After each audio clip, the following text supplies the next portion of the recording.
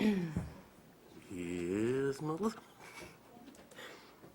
All right, good evening, everyone. Welcome to the Board of Selectmen meeting for Monday, July 27th, 2015. Mr. Glick, would you do us the honors of the Pledge of Allegiance?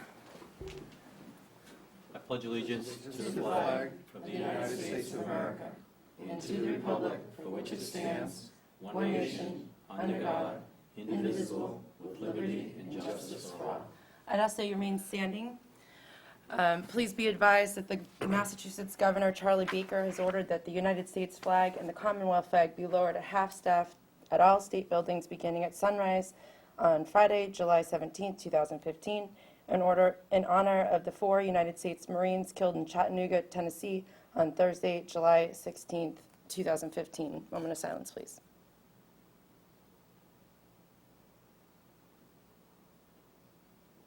Thank you. Okay, this evening, the chair of the Selectmen, Chairman Carr, is on a much-deserved vacation, and Selectman DeCoste is on a business trip. So you have the 3 of us here manning the fort while they are away. So tonight, we'll go through organization, read mail. At 6:35, we'll have police appointments, interviews, dispatch, communications supervisor, and police reserve officers. At 6:50, we'll have highway, 3 items, scheduled public hearing, transfer station fees and regulations, highway department staffing plan, roadway improvement plan, update. At 7:20, we'll have inputs, updates from the public as well as board members.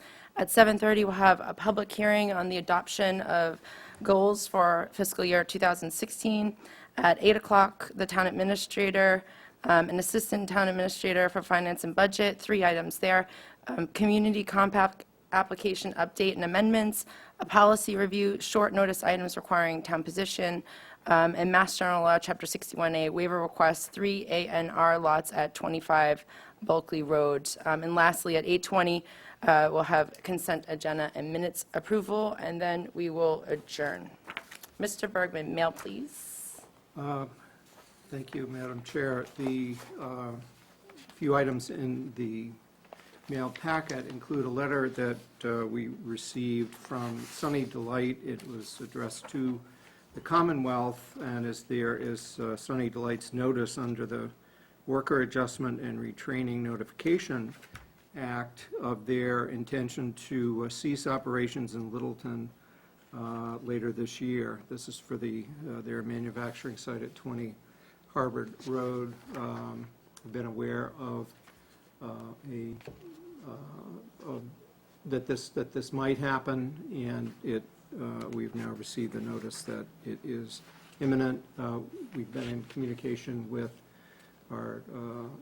state government, with the folks at Sunny Delight and some of their representatives, and will continue to work with them and report back to the board on what, if anything, we can do about that. And PJ may just want to mention we get to member inputs, so I'll have a bit more on that. But as Keith said, there has been communication back and forth with Sunny Delight Realtor as they are trying to market the property. And we've also been with the central region of the Massachusetts Office of Business Development, speaking with them, and some other folks, Mass Econ, and a few other with the 495 locator. So more to follow on that. Great. And we may well have a representative, Mr. John Golnick, from the business office today. That's the Massachusetts Business Office. Fantastic. Thanks both for your work on trying to keep that important site alive.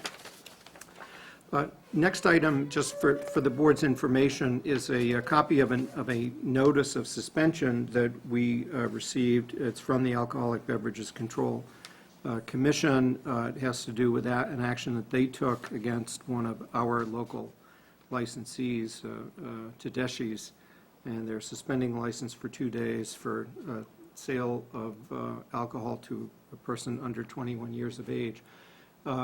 There are 2 ways to handle violations of the liquor license laws. One is that those violations, if brought by a local police department, are brought here for the local licensing authority to have a hearing and make a determination. The other way is for the ABCC to do it on their own, and we usually are on we are notified after they take the action, as was the case here, but we were not part of the process beforehand.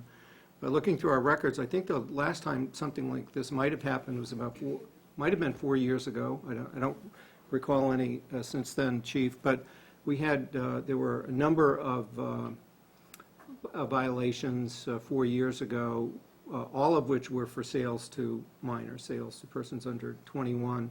And the action the board took at the time was twofold. One is you invited each of the licensees in to come and talk to you, just to see, since they're still you still issue them their license and renew them annually.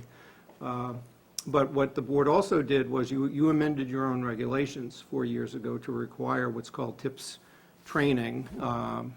It's training for intervention procedures by servers of alcohol, and you put into your own local regulations that TIPS training would be a requirement for anyone who had either an annual license or who had one of the one-day licenses. And let me tell you, after you adopted that, we didn't give out any more one-day licenses.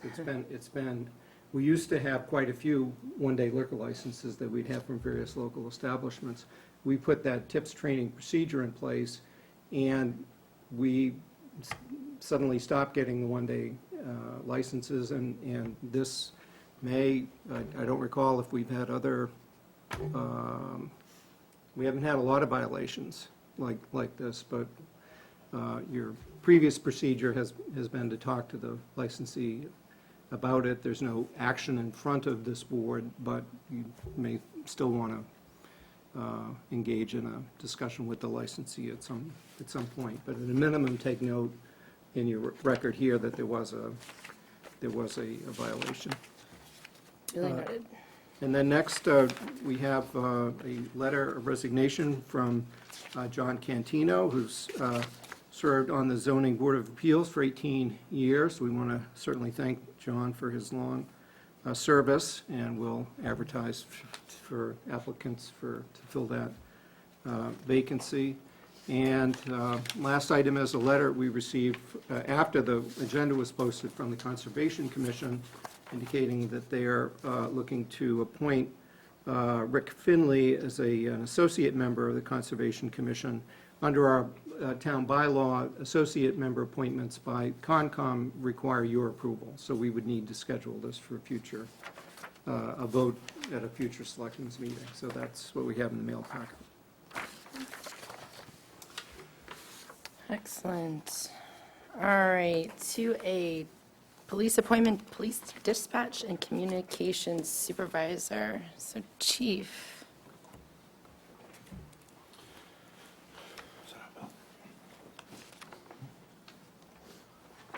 Good evening. Good evening. As most of you are aware, since Tim Beamish retired, we haven't had a supervisor in the control center. And with the rebuilding that was going on, we waited a few years to do it. Bill Harold, who's before you tonight, has actually volunteered for many of the different tasks that the supervisor has done.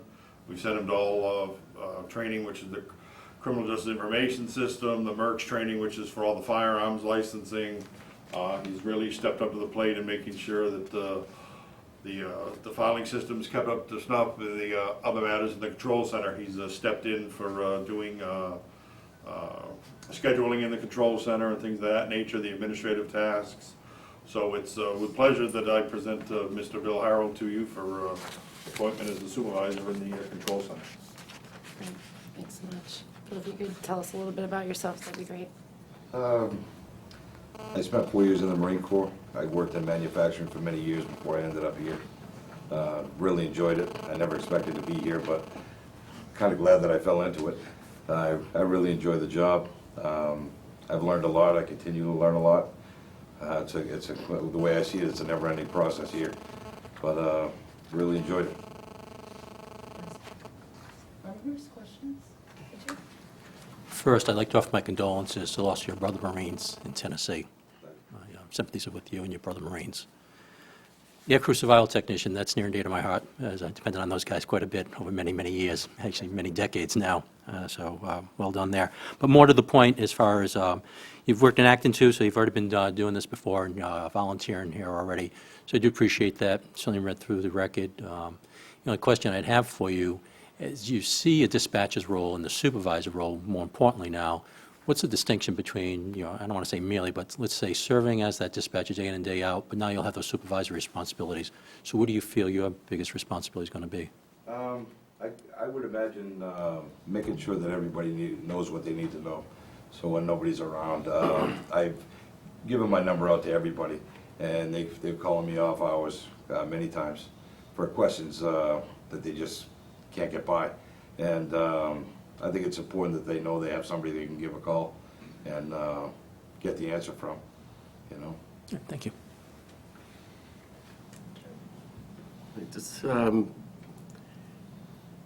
I want to thank you for doing what you're doing. I think one of the most important things you said is that you enjoy what you're doing. That's an important. The other thing is, I don't have a question for you because the recommendations and the comments that the current chief has made about you covers it all, that you stepped up when you had to step up, and you weren't even the supervisor, and you've accomplished all this. So I just congratulate you and thank you for it. I have no other questions. And likewise, I just have a question for you, Chief. So I know you are kind of fulfilling this role with a couple different folks. Does anything else need to shift to make Bill able to, focus fully on this new role, or is it somehow just manageable? Anything new pop up or something Nope, left actually, undone? we're already at full strength in the control center, so really what's happened is, again, Bill has stepped up into the role, so this doesn't change any, there's no new positions to be filled afterwards or anything else. Great. Any other discussion? Any other comments from your side? No? Move that the Board of Selectmen vote to approve the police chief's recommendation to promote Communications Officer William Harold as Police Dispatch Communications Supervisor. Second. Motion has been made and seconded. All those in favor say aye. Aye. All those in favor say nay. Motion so approved. Say that right? Close enough. I should have probably practiced on that part. Just watch the trip cords up there. Yes. Goes Death trap. Thank you. In favor of multiple. Oh, was it? For those opposed. All right, first motion, learning experience. Just sit down. All right, excellent. And the next appointment are the Reserve Police Officers. Chief King. First on the list, the board, as the board knows, we're authorized a strength of 12 reserves. This will bring us back up to our strength of 12 reserves. First one up is Megan Wazinski, hometown woman. Grew up in town, went through our school systems, went to your alma mater, Mr. Knox, and Way to go. There's a plus right there. just to know the truth, your alma mater has become one of the first one in the state. It's a brand new program that they just developed, where it's a 5-year program. The new people entering this year will come out with a master's degree and the police academy when they're all done at the college. It's the first one in the state to do it, so it's an innovation for this state, and I think you'll see many other colleges following through on it. That's So- Fitchburg State for those following at home, so. Pittsburgh State College, that's sorry. So anyways, back to Megan. Megan did an internship with the Littleton Police Department. We were extremely impressed with her her work ethic and what she did for us there. Megan also expressed an interest to self-sponsor herself through the full-time academy, which she starts next Monday. She's paying her own freight to go to the full-time 6-month full-time academy with Derek Camello. So she's actually starting that next Monday. So we won't see her for 6 months, but I did want to get her appointment as a reserve officer done so that she can work with us when she gets out, as you saw in the letter. She has a bachelor's degree in criminal justice with a minor in psychology. She's one of the first individuals who went through an Explorer program that's coming on full-time with us. It was the Fire Explorers, so I'm happy to say that she did get away from the dark side and come over to the good side. Sorry, Scott. Healthy competition. And with that, I'd like to introduce Megan Wazinski. Hi, Megan. Would you like to just say a little bit about yourself? Sure.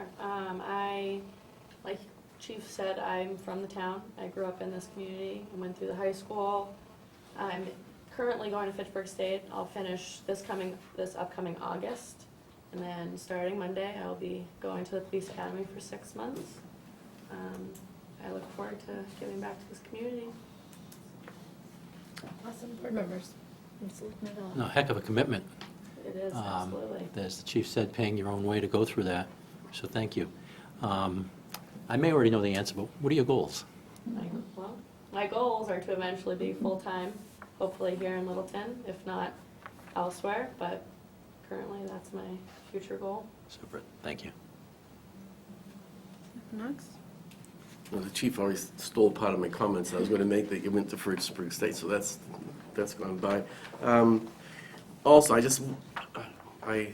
have a lot of good thoughts about people who go into coaching too, and I see that you're a coach because as a coach you learn a lot about the kids, you learn a lot about parents that you're dealing with and how to deal with them there, so that rolls over in a way to your police department thing, so I like that a lot. You're all done next month at Fitchburg State? Correct. Okay. What was your minor? Psychology. Psychology? Okay. I don't have any other questions right now. Criminal justice and psychology. You want to catch the real crazy ones, huh? Analyze the chief. Please don't.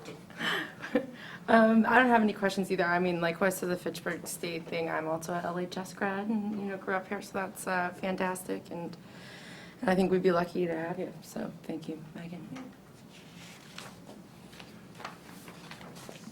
You want to go through all of them, and then you'll do your motion at the end? Right, That's one okay? one Okay. motion at the end. Next individual, Paul Burns from Westford, Mass. Paul's a full-time North Attleboro police officer. He actually commutes down to North Attleboro back and forth every day, but he knows that we typically try to hire from within. If we're doing so, Paul crossed our radar screen before, and he expressed his interest to come on as a reserve with us. He obviously holds a wealth of experience that we can utilize, has a bachelor's degree from St. Anselm's, and with that, I guess I'll let him tell you about himself. Paul, please. Sure. Like the chief said, I grew up in Westford. Been working full-time in North Attleboro for about 1.5 years now. Like my colleague, I self-sponsored to the academy, and then I ended up getting hired in North Attleboro and working there for about 1.5 years. Before that, I was going to school at the St. Anselm College with a degree in criminal justice. So just looking to get closer to home. I like the community. I've gotten to know the police department. I think they do great things with the community. They get very involved, and it'd be a great place to work. Board members. Thank you. You remain a North Attleboro policeman, though, correct? And then be reserve here. Okay, good. All right, so you've already been through the police academy, and as you said, you self-sponsored. Give Megan that one single gem. I don't know, just be prepared. Heard that. Practice getting in and out of your car. And picking your stuff out of a pile. Yeah. Thank you. Paul, what is the Sununu Youth Detention Center, and what was your role there? It's basically it's essentially a prison for youth offenders. And that's when a few times a week, and talk to them, help them do homework, play games with them, so just try to be a mentor for the young kids. It's in Manchester, so the worst juvenile offenders end up going there. And, I don't know, you commute that distance every day to be a police officer. I'll give you credit for that. How do you like it down there? I like it a lot. It's a great job, very rewarding. I also see that you were a treasurer and team member of the hockey club down at St. Anselm's. I give you credit for that, too. That's it for me. Thanks.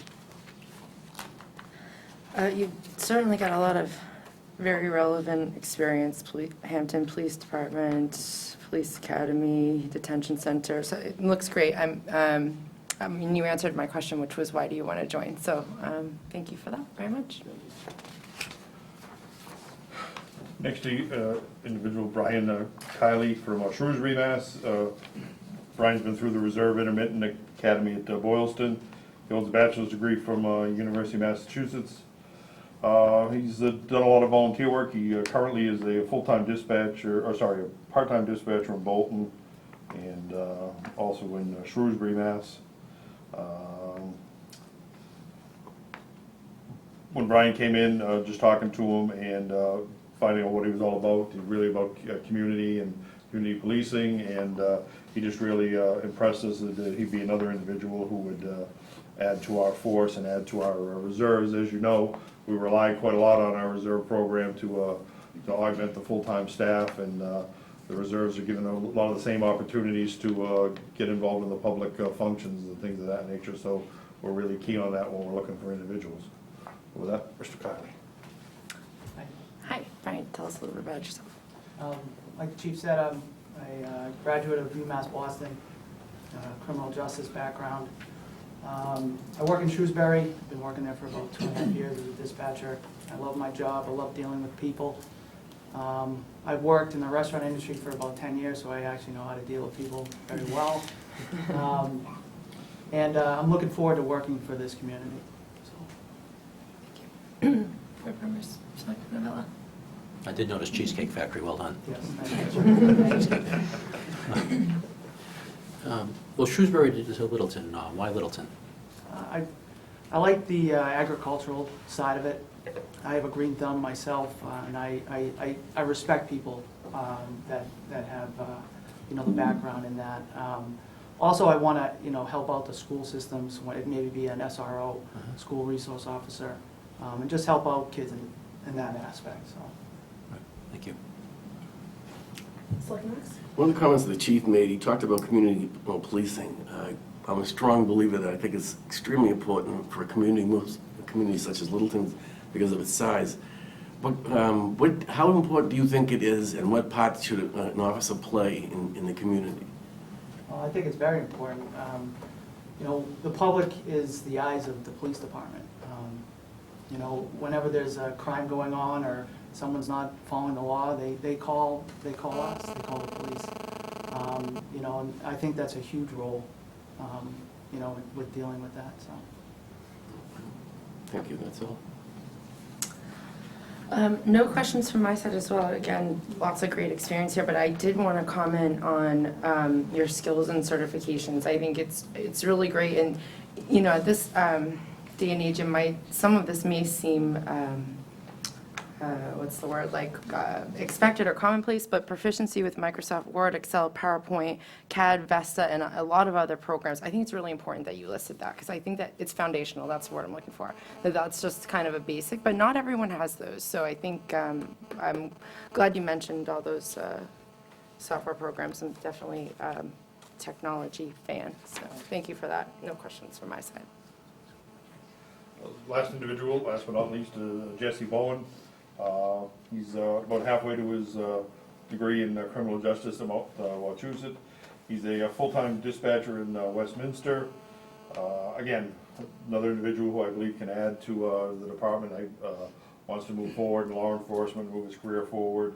So we're going to be here to support him as he finishes his degree, keeps moving forward with that, and hopefully he'll get some good experience with the reserves.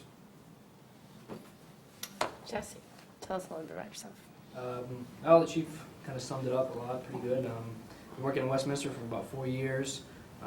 I come from a food service background as well, as a manager of Dunkin' Donuts for a couple of years, and so I understand the simulators between law enforcement and customer service and stuff like that, and I think that adds a lot to the way you speak to people, especially on the phone, and now face-to-face is a different level of it, but I think that definitely adds to what I can bring.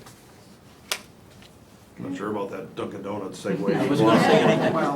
I said it, I knew you were thinking it, so I had to say it. Take that note back. Thank you. One of your certifications, you list suicide intervention and prevention. How can a police officer help us there? Police officer, it's kind of the second on scene. The dispatcher's there first. He usually gets the call first. He usually gets to speak with them. They can kind of build some kind of a repertoire. So now when you're putting someone face to face, it really ups the level of intimacy, I guess, with that person. When you have somebody there, kind of getting on their own level, speak to them face to face, eye to eye, kind of gives them someone they can speak to, and hopefully, de-escalate the situation in the end. Thank you. You're in Westminster now. What differences do you see in the communities as far as Westminster goes and Littleton goes? Much more agriculture here, a little larger commercial. Westminster is a lot more of a smaller town, and a thicker community, and that's what kind of attracted me to Littleton. They were a lot like that, just judging by the people, judging by even the sign in front of the police department and stuff like that. Kind of tips your hat as far as community and how important it is to the police department. So. Thank you. Can't stop wave. Just two quick comments from my side. Number one, my grandmother lives in Westminster, so keep that place safe. Number two, great GPA to lead out here, so keep that up. That's fantastic. 3.56 for those. No questions from my side. Okay. Anything else? Move that the Board of Selectmen vote pursuant to Mass General Law, Chapter 41, Section 97A, to appoint the following four individuals as reserve police officers for the Littleton Police Department: Megan Wininski of Littleton, Paul Burns of Westford, Brian Kiley of Shrewsbury, and Jesse Bowen of Fitchburg. I would second that. Motion's been moved and seconded. All those in favor say aye. Aye. All those opposed say nay. Motion so passed. Congratulations. Thank you very much. Welcome aboard. Thank you. Thank you. Congratulations. Thank you. Thank you. Thank you. Thank you. Thank you. Thank you. Yeah, sure, yeah. Thanks. Oh, I'm sorry, Chief. Chief, gotta get come up there. So how did the academy go? Very good today. It was fun. She was doe-eyed. She was pretty funny. Oh, yeah? Yeah, I'll she was pretty funny. have to talk to you. It was good, I will. All right, we're keeping good pace here. All right, so Mr. Clyde, Highway 3A, scheduled public hearing on transfer station fees and regulations. So I understand you guys put a couple of options together, but tonight we only have to schedule the hearing. But maybe Mr. Bergman or Mr. Clyde, you could update us. Sure, it is the board's practice to have a public hearing each year, usually in the month of August, by the time that our, prior to the fees taking effect on October 1st. It's been 2010 was the last time that the fees were increased, the year that we implemented the pay-as-you-throw. We went to the current rate structure of $100 for the annual sticker, $30 for seniors, and then the various bag fees. This year, we're going to propose two options. One is to keep the fees where they are, and by the way, keep the transfer station hours the same.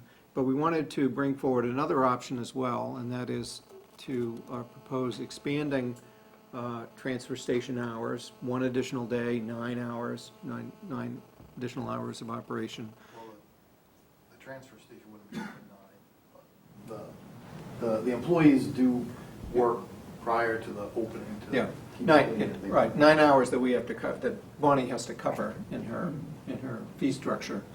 And this proposal comes from our, during the course of negotiations with the highway union this year.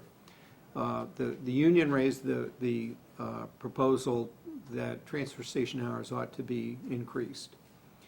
And we, while we declined to include that in our collective bargaining agreement with the highway, we did indicate to them in a side letter that we would that the administration would bring forward a proposal during this annual hearing process so that the Board of Selectmen could make a decision on whether or not transfer station hours should be increased. We knew that there would be some additional costs associated with that, and we wanted to be able to cost out what that was.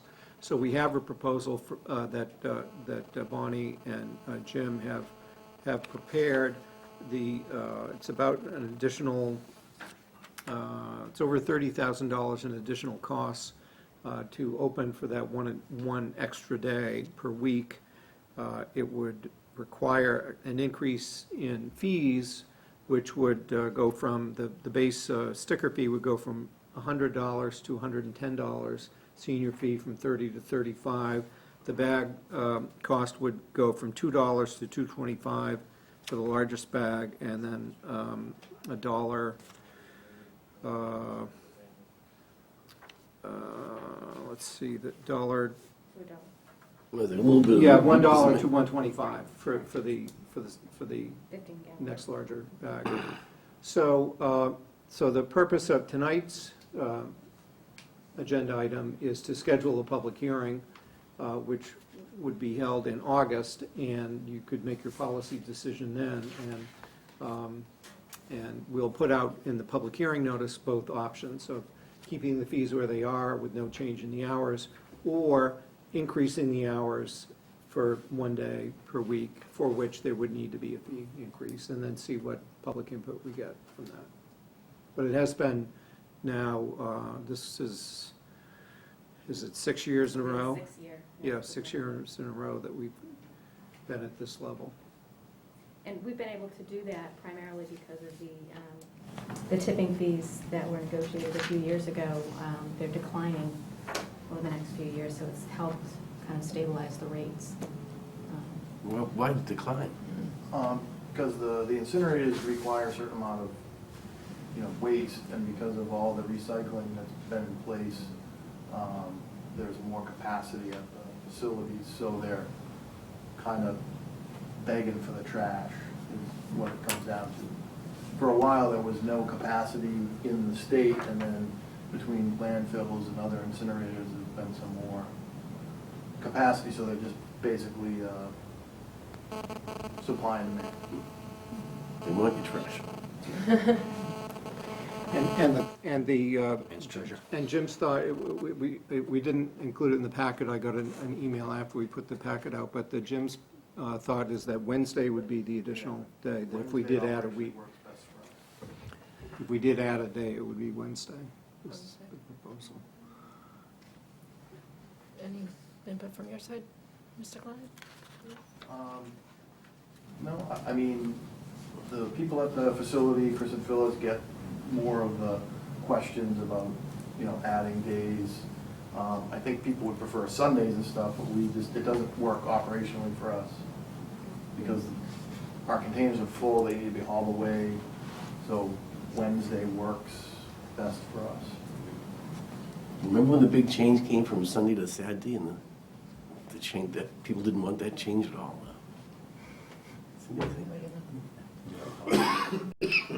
You mentioned capacity, and that's the tipping capacity. But based on Bonnie figures, we have about 1,760 or so households using, or at least buying stickers, between those above 60 and below 60 years old, and roughly 3,200 households in the town. How much more capacity, in other words, how many more households, if you will, could you support? I mean, the entire town, not one more? No, we have capacity because we reduced our waste by half. Okay. So we used to use the 4 compactors, now we really only use 2.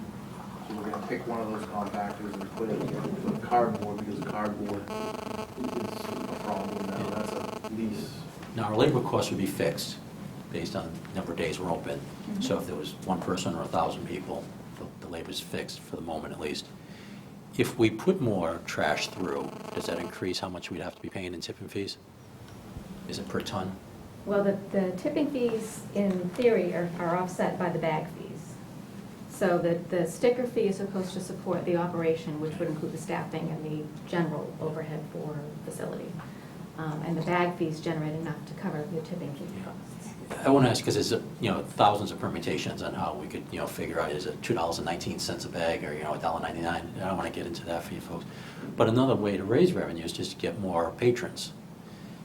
So looking at the fees have we made any kind of concentrated effort to try and increase the number of folks who actually use it beyond that 1,750 or so currently? And again, not asking for a math exercise tonight, but I think that's something we could at least look at, because we talk about the town growing, and you're just projecting into the future to make sense, because that's what we know right now.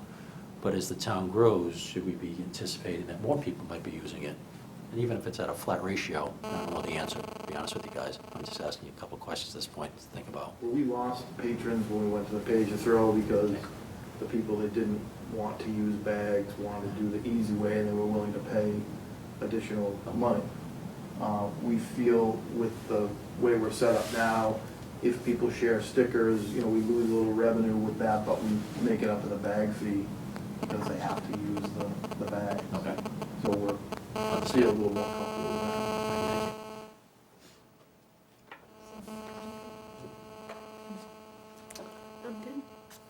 that. Ready? So for schedule for our next meeting? Yeah, and just on that, at our next meeting on August 10th at 6:30 is when you've scheduled the continuation of the Cooper Farm hearing. I don't know if I'm thinking maybe we'd want to give at least an hour for that, so I didn't want to have this here, and maybe we'll do other business between 7:30 and 8. So you could have, I think you could safely have this hearing at 8 o'clock. Sensible. Okay, all set. Move that the Board of Selectmen vote pursuant to Town Code Chapter 181 to schedule a public hearing for Monday, August 10, 2015, at 8 p.m. on the fee structure and regulations for use of the Town of Littleton Transfer Station, effective October 1, 2015, and to invite input from the general public, the Board of Health, and Highway Department. Second. Motion's been made and seconded. All those in favor say aye. Aye. Aye. All those opposed say nay. Motion approved. And even though Highway had input already, the town bylaw says that we have to invite their input for the hearing, so that's why we'll be asking Jim yet again. Always good to have Jim.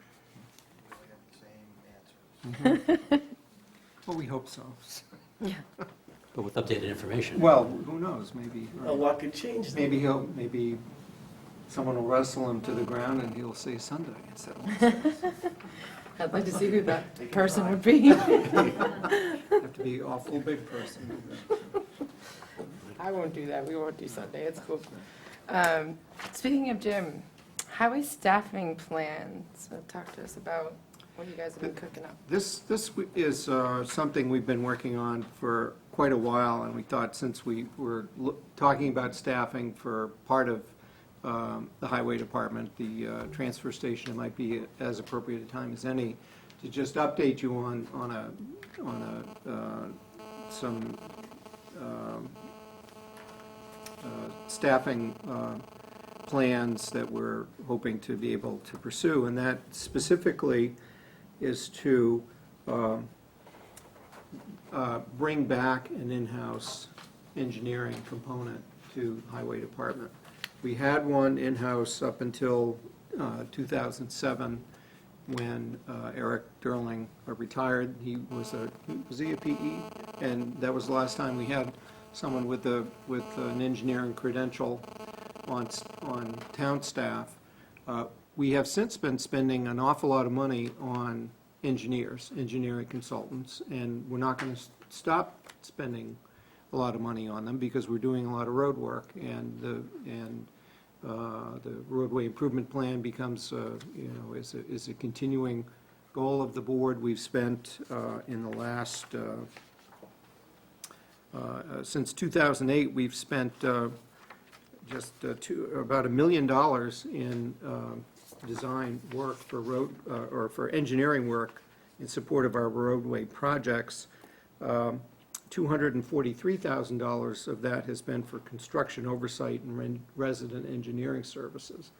The design phase, which we'd probably continue to bid out, was $717,000. So it's not that if we had an in-house capacity for engineering, we wouldn't need consultants. We would, because we take on some big jobs. But might have been more than 2 years ago that we commissioned a study that was conducted by the Collins Center of UMass Boston, and it was an operational study for management and organization of the Highway Department. There were lots of things that were looked at in that study. Some of them, we were looking at really at how all aspects of the Highway Department ought to be staffed. We've gone forward with some of these recommendations, and have not with others, but this one seemed like one that we were particularly interested in part because, well, the reason we undertook the study was we know that our highway operations manager is very hardworking. He has a plate that is completely too full, and that the only reason why all the things that we ask of Jim gets done is because he's here from, I get emails at 5:30 in the morning, and he'll be here, until we let him go tonight, and that's a typical day. So we've made a concerted effort to look at ways how we can provide staff support for Jim. I have to say that even in the study, we looked at, well, should we go back to where we have someone who is like a public works director type that Jim would work for and that Jim would provide the staff support for. And we rejected that because I don't know, I like working with Jim as the person, and so we've looked at ways to support Jim and to make the best use of the skill set of our existing employees. We, a couple of years ago, had given more hours to Jim's administrative assistant, and that was very fortunate. Another, hardworking person. We've got a lot of hardworking people in the Highway Department. I think it's a great team that's in place now. But the ability to provide some in-house engineering service, it's for all the Jim supports planning board, and there's all sorts of things that the Jim is doing. So the hope would be to be able to take some of the funds that are right now in the expense budget, the roadway expense budget for from where we pay exclusively for outside engineering consultants, and to take some of those funds, or enough of those funds, to be able to fund a part-time, we're doing full-time with this one, I beg your pardon, engineering support person. So we're not asking for a policy vote tonight. We don't have a full board, but we thought where we're talking about the roadway plan next, where we're talking about staffing for other parts of the Highway Department, we at least wanted to introduce the concept that this is an issue we had looked at in a study that was commissioned last year. We included, I think, a reference to some of these things in the fiscal 2016 budget presentation that we made last November, but we had not made a determination of what would be an appropriate time to move forward. So as we get ready, we'll soon be into the 2017 budget cycle before too much longer. We did want to raise this as an area that I think we could be doing better by ourselves and what our needs are in-house, and certainly making the best use of this existing skill sets that we have in the Highway Department. And I welcome any comments from Bonnie or Jim. Yeah, just, back when Eric was the, superintendent engineer, he got overwhelmed at times, and that's why they created a position for me to move from the union into management to help him out. And then we basically lost that 40 hours of administration, and, it's been, like we call it, dying a slow death of, it's just, we're getting busier and busier, and it doesn't really let up. We don't really have a slow time. So we're just kind of looking for some support, I guess, for this. I would add that the position was eliminated back or was not filled in 2007 when Eric retired, because we were under some fiscal constraints at that point. We had some budget reductions that we were dealing with, both on the town and the school side, and that's why the position was not filled at that time. It wasn't decided that it wasn't needed. It was fiscal.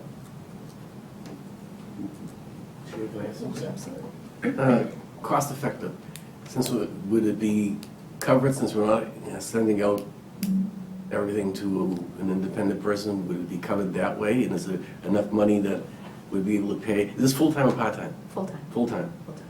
So what we would do is, we would ask Green to submit, like on the next project, not for New Estate, but for NAGOG, a reduced scope of services for the NAGOG Hill Road management.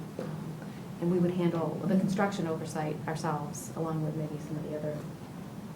Yeah, we employ one of Green's resident engineers while we're doing a project, and, you know, they bill out a pretty good amount of money, but he's there full-time, he does a lot of paperwork and watches the job. So we think, you know, depending on who applies for the position, and what their, you know, where they are technically, they could do that. So essentially, the cost savings from Green would pay his, you know, their salary for the year. And we get other work, but we still need we think we're still gonna need Green for construction oversight in the office, because they review all the submittals, it's their design. So they're the ones that have the intimate knowledge of how it's put together. So we still need that expertise, but not per se on the road every day, because we could do that with the engineer. Reading Green's latest proposal, you know, the technologist is what, at $75 an hour, burdened rate. $80 for an engineer at the burden rate, a young engineer, if you will. We're talking about a 5-year experienced sort of person or more. The personnel board's graded out at 11, so what's that take us? About $61K to $78K, thereabouts. And that cost analysis seems to be making good sense in my mind. But now I want to take it a step further. Why not go for a PE? And in the Boston area, PE, you know, a 5-year type person is going to be 88, 89K. So another $11,000, $12,000 plus, you know, benefits, so another 30%. Is that fair?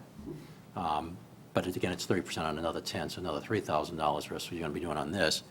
Is that something we're giving thought to, so that we could look at Green's numbers and not worry about what they may do next time and ask them to reduce because we might have one on board, but look at some history and what might not have been done by Green and instead would have been done by the technologist, and then also look at what might have been done by the engineer and see if that delta grows sufficiently enough where it makes even better sense to have the PE and hire a PE instead of just a technologist, because maybe he's able to unburden Green's tasks more as a ratio, if you will. And I'm not asking for an answer tonight, but. We could certainly look at that, and, I mean, part of the process that we would go through, we could come up with an alternate job description that had those requirements, see what does that grade and rate at. Yeah. I think we wanted the reporting structure too, to be so that this position reported to Jim. I can understand that. Well, we have, the engineer's position is still there. That he may grade higher, and this is, you know, more your bailiwick, but an opinion, that's all I'm offering at this point. That he grades higher, to me, is not an issue because it's a staff position. This is supervisory, and there's many organizations on the planet that there are people, if you will, of certain experiences that earn more than the people they work for. There's probably some people working for the governor make more than the governor here in the Commonwealth. So unless that we've run into a legal issue, personally, I'd have no problem with that. That's that wry smile of yours. No, I'm just thinking of third-party details that I'm sure make 3 times what the governor makes, so. I mean, it's definitely beneficial to us, because then they can do some actual design work on the smaller jobs. We don't, our office isn't set up with, you know, CAD systems and drafting We have a tables. new reserve officer in the police department that can help you out there. Right. Synergy. But the joke aside, if we could do a little bit of that analysis, I think it'd be useful, and certainly the numbers come out. Personally, I'd be very much in support of that. We already have the job description, we just need to. Yeah, we'd be happy to run the numbers on that and look at that. Simple question, Jim, space-wise, do you have the space in your current location to add a person and all of the room that he would need to spread, or he or she to spread out? And It's a little bit of a challenge right now, but we can juggle some things around. Any other questions, guys? No, thank you. Yeah, I mean, if we can, I like PJ's idea or Selectman Avella's idea, and, you know, certainly want to support you and make sure the workload is balanced down there, so I think, Good job, guys. Yeah, we don't need a motion on that, do we? No, we'll bring back a proposal at a later date. Thank you. Thank you. Thanks, Jim. And may I just take a moment Absolutely. while we got Jim here? Keith, you stole a little bit of my thunder, because I was going to mention Jim. We have a bunch of great employees in our town, super people working hard. The two of you are really good examples, for sure. Jen, you're another great example, the hours you put in, the hard work. And I don't mean that, I'm not saying this to be solicitous, but at 7:10 a.m. on Wednesday morning last week, I'm driving down Foster Street on the Route 2, and there's Jim Clyde out there cleaning out a storm drain. And I want to thank you, Jim. Keith's words about your dedication, and you and many, many other people in town. An opportunity to call out somebody, very specifically. Thanks. Okay, it's 7:20. Keith, should I, no, Okay. 7:30 is the thing. Never mind, we're good. Yeah, so we can keep going on All right. roadway. Improvement plan. So, hot topic, lots of things going on here. Keith, would you mind taking Well, us there? this will be the first of a number of discussions I'm sure we're going to have about the roadway improvement plan, but we wanted to put a couple of things on the table just by way of update. First is that at our next meeting, we'll be bringing forward the New Estate Road reconstruction contract. We opened bids last week. The apparent low bidder is $2.4 million, which is below the engineer's estimate. That is the consulting engineer's estimate of $2.9 million. So we're happy with the direction, at least, of a lower number. But we'll have a contract award ready for your next meeting. It has been a goal of the board's since 2008, when you first set up a 10-year roadway plan, to do periodic reviews of the roads that are on the list. The original plan had a list of roads. It was a tiny fraction of all of the roads in town, but it was a list, and we've been working off of basically the same list with some minor modifications the last several years. But one of the things that we have not done in sort of an organized way since 2008 is to do the sort of a detailed review of the data that then gives us a ranked order of which roads are in worse condition, what order should they be done, over what period of time.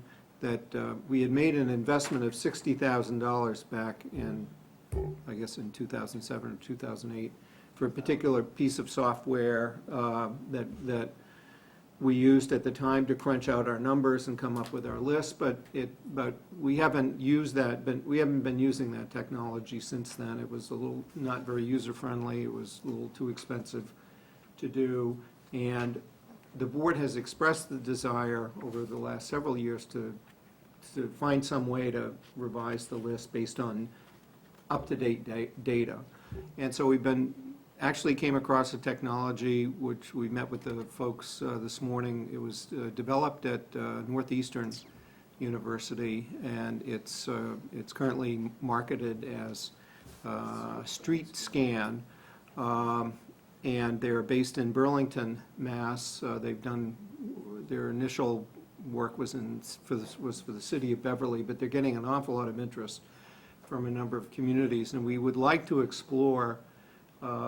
We've invited a proposal from them, and for a future meeting, we want to come and bring back to you the idea of hiring an outside company to use their technology. This one actually involves a vehicle that is equipped with all this special equipment that would go around and just drive all of the streets. And Does a human drive? might take might just take a couple of days to do it, but that the data which is derived from that is then usable within a couple of days after that, and it's very intriguing that it could give us an up-to-date, real-time look at the conditions of our roads, because we are working off of a list that is now quite old, and we would like to be able to update it based on the current conditions in the roadway.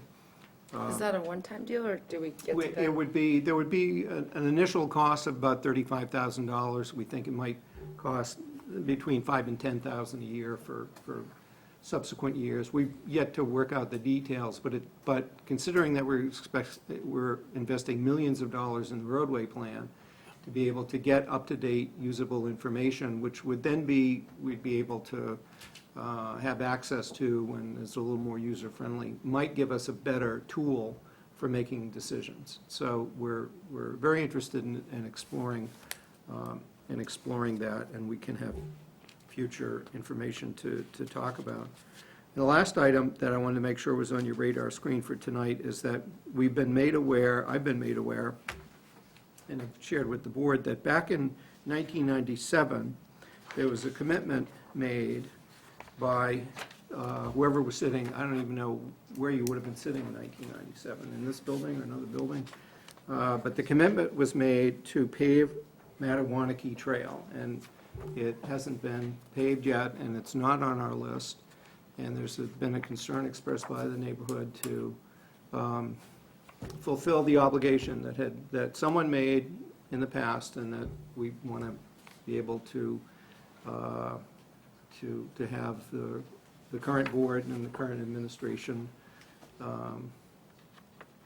respond to the request that's been made. So I know we have folks here from the neighborhood tonight. They've asked when we would be discussing it, and tonight's the first time that we've discussed the roadway plan since we were made aware or reminded of the 1997 commitment. It seems like, even in the short term, what it might make sense if we're going to invest, but let me just back up. The $2.4 million contract we're about to award is going to commit our funds for the rest of this year, and for a major roadway project. But if we're going to take the time to update our data, update the information that we use to make decisions about what comes next, it would seem like that's a fair way for us to, make sure that we're taking a look at all the roads, including this one, and see what's our plan look like. I think we certainly want to have sympathy if there was a commitment made in the past to find, well, what's the appropriate way for us to deal with that request even many years later. So. Okay. Members? I got a question for Jim. Is there a chance that that road could just be paved without doing engineering? Good question. So when the task comes to do Mattawanakie, the whole thing has to be laid out just like we've been doing with the other roads? Yeah, well, a little bit of the history was water main was installed, and the way it was done with Eric is we had to do the interior roads first because everything needs drainage down there. So he ran the drain pipes on the interior roads to the exterior, and then we did Neshoba Trail, which is the outside, and Mattawanakie was the last road. He did design it before he left, but I guarantee it's not going to pass today's standards, because with the lake being so close, we have challenges with what to do with the stormwater, and we don't have any property to settle it out, so they have to do some different stuff for the stormwater. It was basically ready to go, and then you instituted the new road plan, and because the way the road plan was done, the bigger roads took a priority over Mattawanakie Trail, is what happened. Understood. I'm trying to figure out how to solve this problem. That in '97 it was said it was going to be done. Well, the commitment was to work on the roads, and, again, he was doing a little bit each year, and Eric used to spread the wealth. He'd do a little here, a little there, a little there, and then, our discussion today is, the town, you've really stepped up and are spending the money, but it's still not enough to do what we need. Right. And you're spending what you can afford, which is great. But we just, everything the cost has just gone through the roof. may be part of the answer here. What we don't have is a fresh dollar figure of what it would cost to do this road. And that the technology that we're hoping to be able to take advantage of over the next month, I mean, frankly, we were told we might even have data be able to have data by Labor Day if we were able to get if we, say, awarded the contract at our next meeting. That would be helpful information to know, so we can at least know how big a problem is it. Is it a $200,000 problem? Or is it a $2 million problem, or somewhere in between, so that we can at least get a better handle on it? Is that the pavement rating system? Yeah. It will do both assess and The tool at the end is that we need to make public policy decisions on how to spend our roadway dollars. So it plugs right into that. But can I, I'm sorry. Absolutely. The street scan that you have in the packet that has that neat truck with all the things on it, will that also tell you the drainage problems? So that's different? No, yeah, it still would have to be designed. It's gonna tell you that you've got issues with the subsoil of the road, but it still has to be engineered. I mean, when Eric did it, he did a great job with the tools he had, which was nothing. And him and I were the engineering team. We go out and use the level, not any high-tech stuff, and then he would draw by hand the plans. And, we didn't do a full-blown survey, finding property markers. We'd go, oh, here's a bound, all right, we can, like we're saying, we're trying to put a 20-foot road in a 40-foot area. So we're close enough to what we need to do. But it's just definitely more technical now.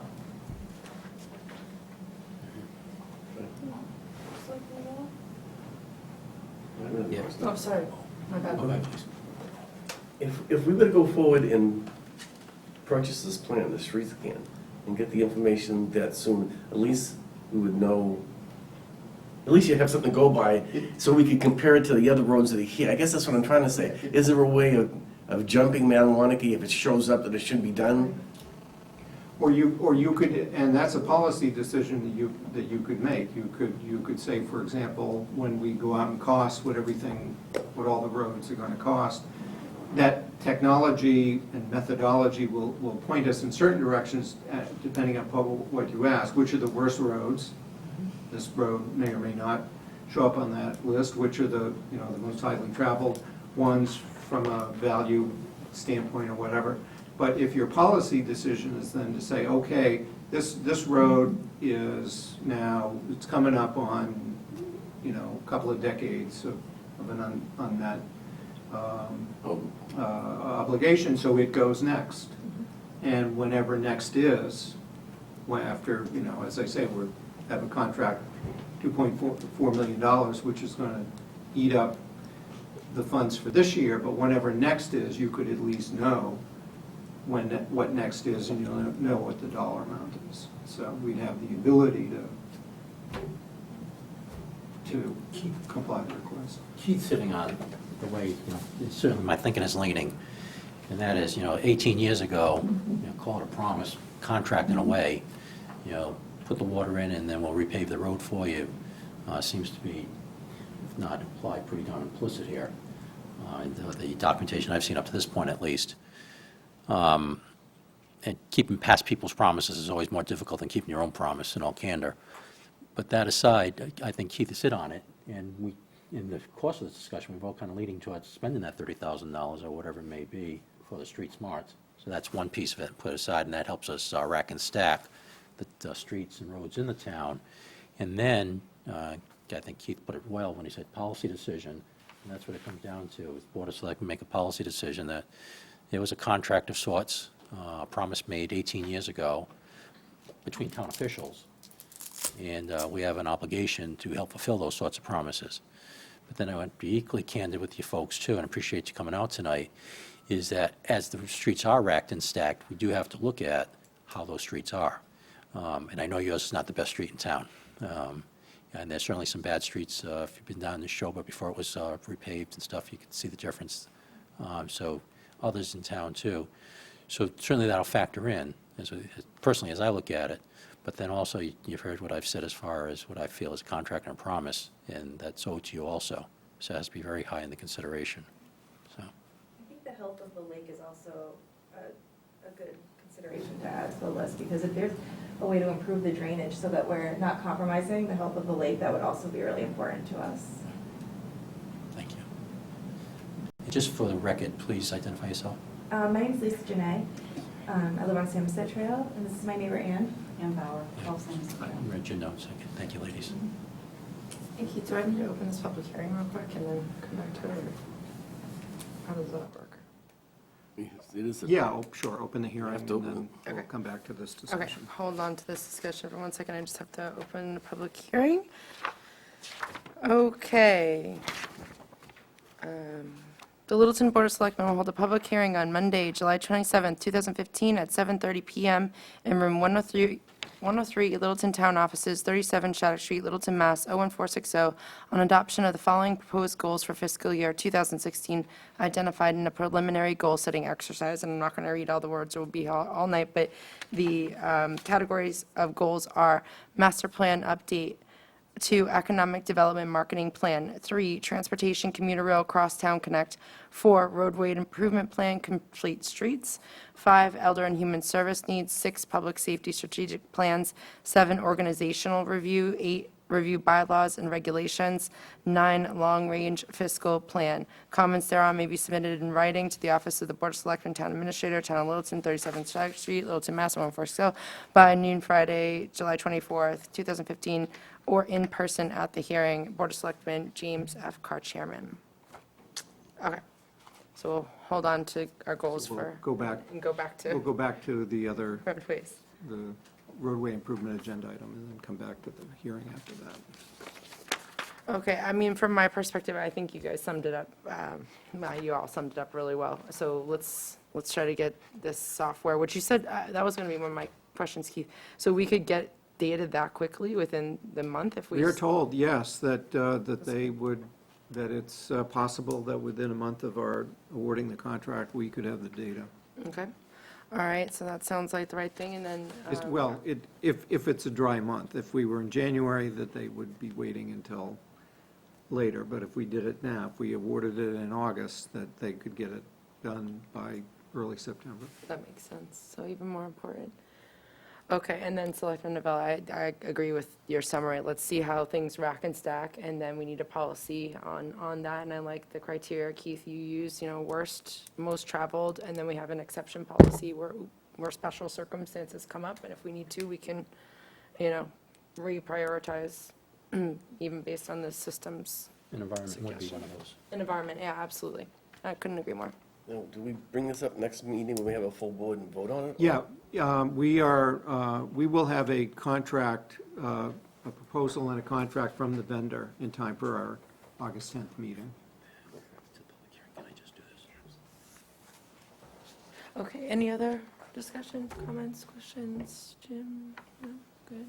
So in all likelihood, August and then hopefully September would be 2 meetings when we'll be talking about the roadway plan again. Hopefully we'll have information to make decisions on by September, so. And we'll let you know when those meetings My are. only thing about that is that, back in 1997, when Mr. Danos at the time. Oh. Yeah, he was the one who made a proposal for our community to have water put in exchange for all the roads to be paved. So I don't know if everyone would have agreed to have the water put in if we didn't have the roads in replacement of that, for all of them to be 100% paved. So, you provided the water, we're providing the payment, and we just, I don't know, would want to see this completed. That's all. I'll just say, I was intimately involved in that as a resident, because I live in that neighborhood. And what they wanted, the original proposal was the residents pay for the upgrades to the road through the water main betterment. And I was opposed to that as a taxpayer, because if we're putting water main in, we should pay for what the water main does and not the other portion of the road. So we pushed back quite a bit, and that's what we came to the agreement of, that taxes would pay for the upgrades to the road. And this is at a, high level now, is maybe we need to have some sort of discussion with employees of the town. I don't know if it's a policy thing or, Keith can help us more down this road. No one makes a promise and commits. There's actually a law against that, the Anti-Deficiency Act, of, committing public funds without the authority to do so. It was done, it was because it was a betterment process, and the residents in 1950-something paid betterments to have their roads upgraded. Well, that's not my debate. I agree with everything you said, that it was already done and you should pay. I'm talking about any employee of the town making a promise that involves expenditure of town funds. They don't have the authority. That's my thing here. It's nothing to do specifically. Right, yeah. It's just- That's a policy thing. Yeah, and in this case, and I'm certainly aware that in Littleton's past, that there were representations made by single individuals, which we might have all been more comfortable with a force of a board vote behind it. I think, from my review of the record, there is a vote of the Board of Selectmen behind sanctioning the deal that was made. That is, water department will take care of the betterment process, will take care of the water, and that the town would pave the road. So, All right. and I think, and my read of the record, anyway, is that came from the Board of Selectmen to Salvastanos, telling him what the selectmen had come up with, so. So that's good, but maybe then for being proactive for future, in case that does come up, that's not a bad policy. We're very, to have. let me say, we're very careful now that we don't, that if there's a promise made, it's made with the authorizing vote of town meeting or Board of Selectmen or whatever the board is empowered to do it. And that's why we bring things to you and we have you take votes. Yeah. Because Joe will remember one, the board didn't take votes. And this board does take votes. So. We do. Thanks. Okay, so again, funds this year are all tied up, so we can't do anything this year anyway. Let's get the software, get the assessment, continue the discussion next time, right? Sounds good. Okay, excellent. Thank you for coming in. Thank you. Yeah, thank you. On the last topic? Yes.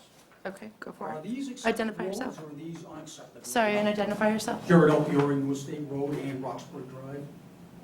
Because have these roads been accepted by the town? Yes. Then the town's on the hook for paving them, I believe.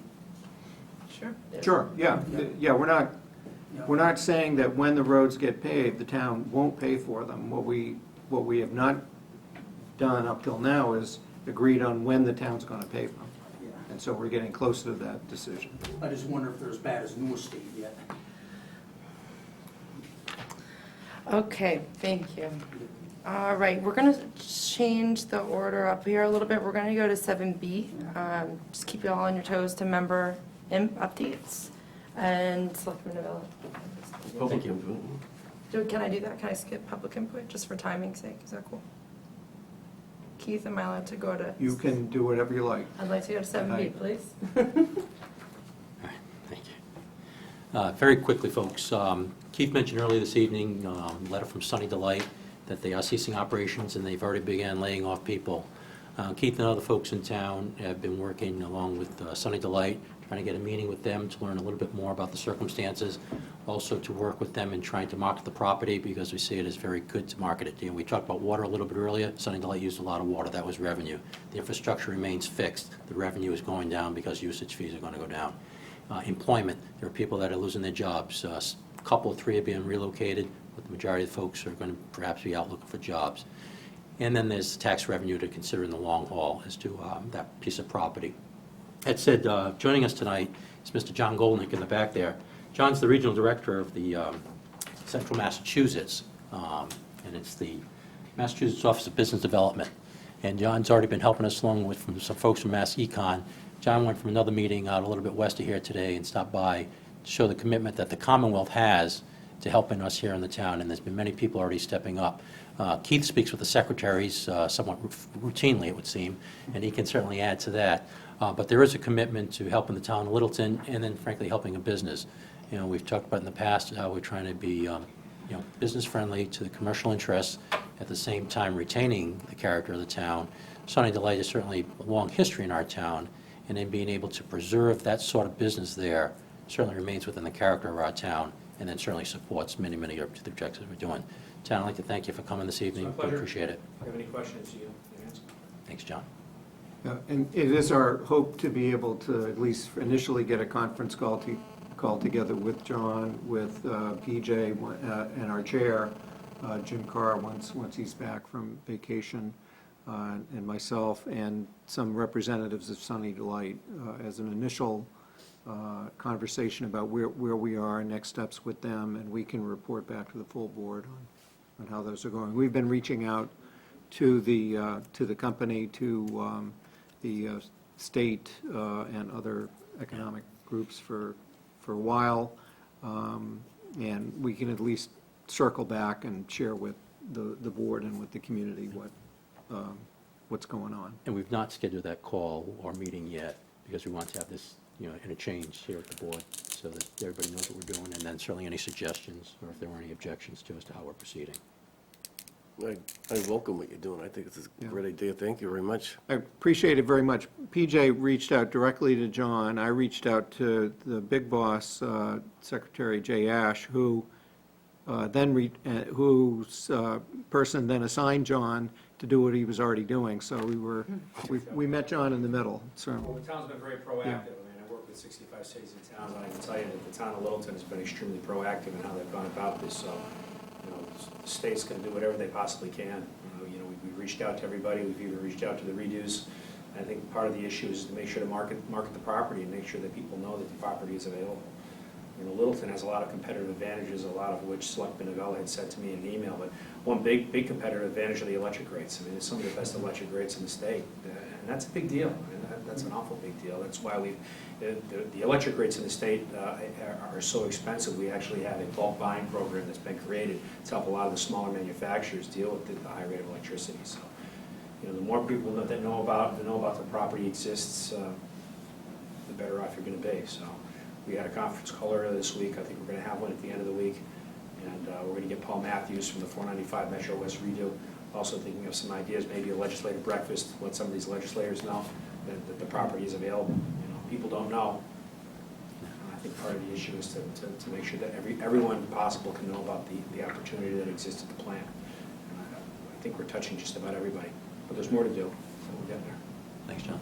Fantastic, thank you. Jim? I just say that I saw Sunny Delight doing some basically routine maintenance on their pavement, so they're not just walking away, they're trying to keep the property up too. they are trying to find a buyer for the property. They'd love to find someone to come in and take over the business. We've tried to reach out to anyone who does beverages, even if they're not soft drinks. So Craft brewers too, Keith, yeah, right? yeah. Craft brewers could be a potential opportunity. And thanks for raising that, because that's fair. It's not cut and run. Yeah. There is very active activity on their part to market it well, so thank you. Thanks, John. Thanks for coming, John. For the record, is this the latest reincarnation of Very Fine, or was? Past Yeah, tense. the very fine, was very fine. Then it was Kraft, then... Yeah, now it's Sunny Delight.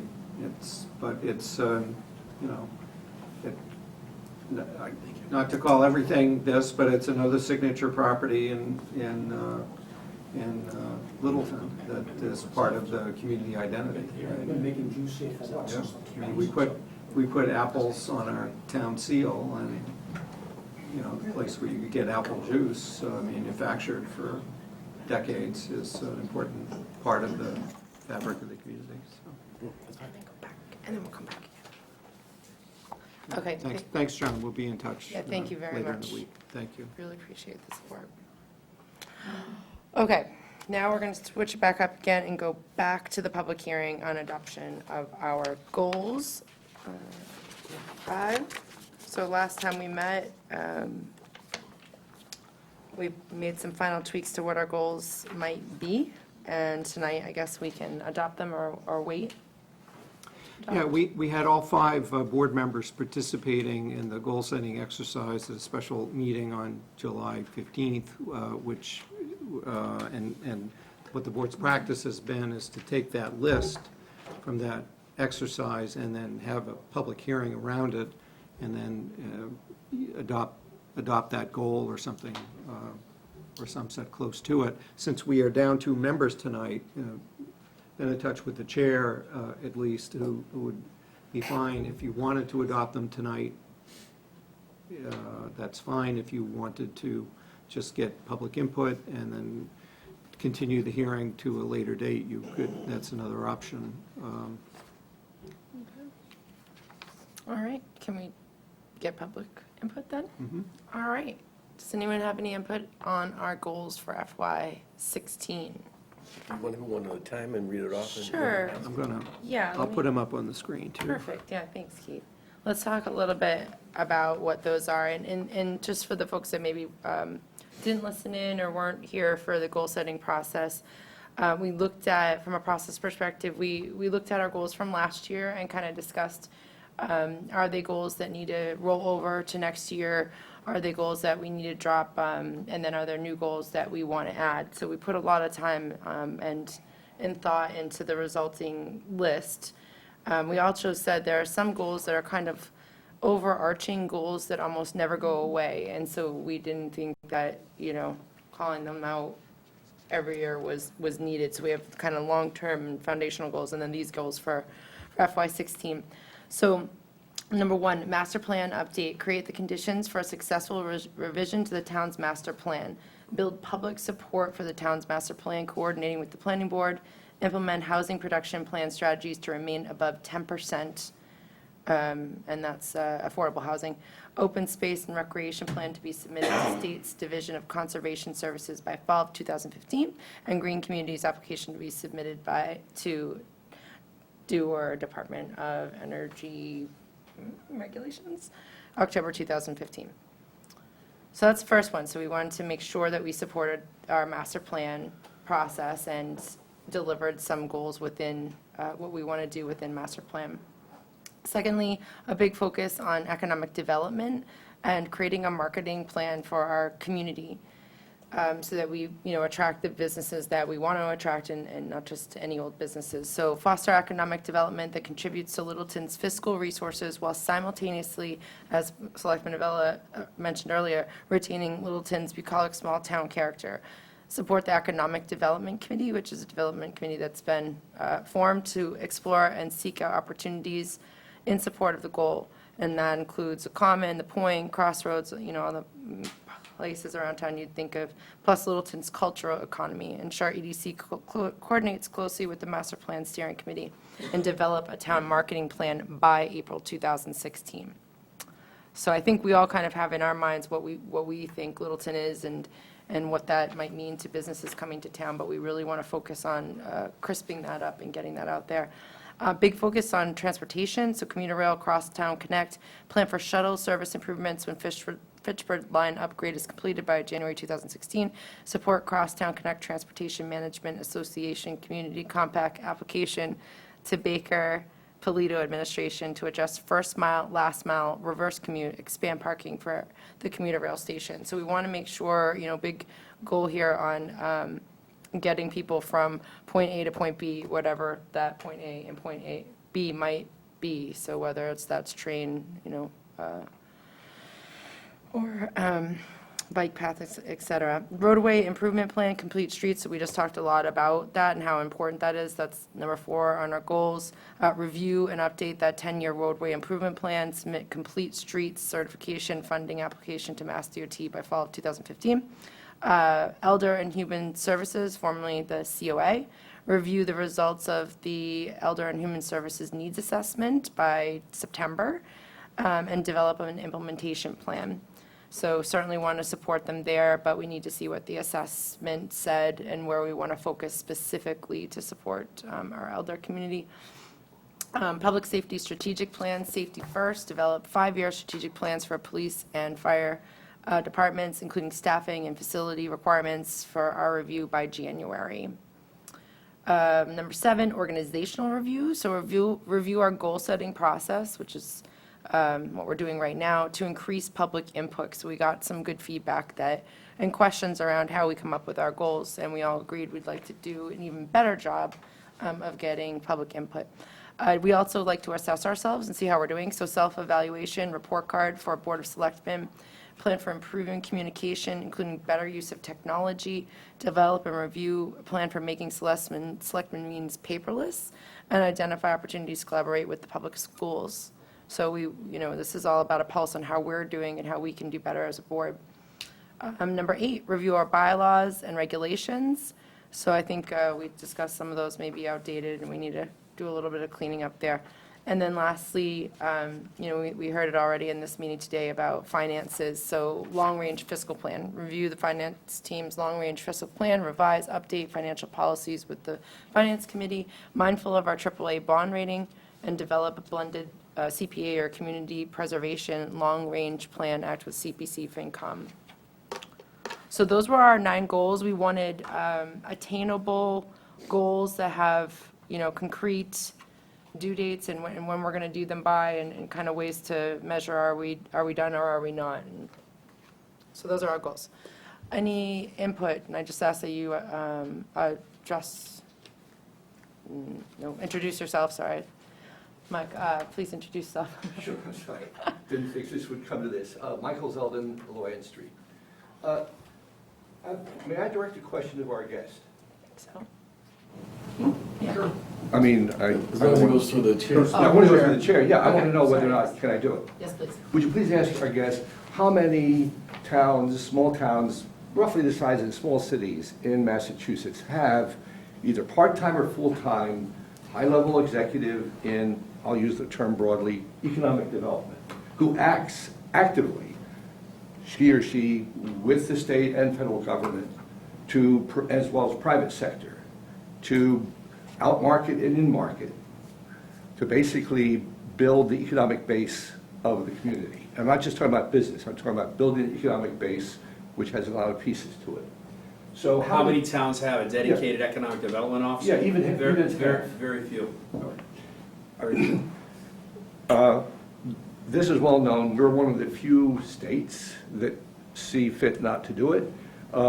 I'd like to ask the Board of Selectmen to seriously consider looking into the cost, qualifications, as well as discussing the possible benefits to the town to have someone who's professional, experienced, in acting on our behalf for economic development.